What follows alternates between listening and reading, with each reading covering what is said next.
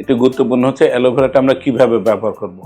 Aloe vera ব্যবহার করার ক্ষেত্রে অনেক সময় ক্রুড অ্যালোভেরা আমরা ব্যবহার করে থাকি, বা অনেক সময় দেখা যায় বিভিন্ন মডিফাই করে আমরা কসমেটিক ব্র্যান্ডের সঙ্গে বা মেডিকেটেড ব্র্যান্ডের সঙ্গে অ্যালোভেরা একটু যোগ করে দিই।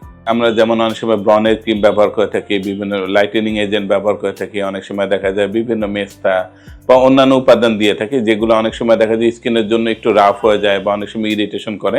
তো দেখা যায় ওইসব উপাদানের সঙ্গে কিন্তু বিভিন্ন ওষুধ কোম্পানি অ্যালোভেরা একটা মিক্সচার যোগ করে দেয়। অ্যালোভেরা মিক্সচার যোগ করে দিলে, এমনকি অ্যালোভেরা কিন্তু সাবান, শ্যাম্পু এইসবের সঙ্গে যোগ করে দেয়, যার ফলে অ্যালোভেরা যোগ করে দিলে দেখা যায় ওইসব ক্রিমের দ্বারা যে সাইড ইফেক্ট হতো, দেখা যায় ওই অ্যালোভেরা ময়েশ্চারাইজিং উপাদানের জন্য সেই উপাদানগুলোর দ্বারা সাইড ইফেক্ট হয় না।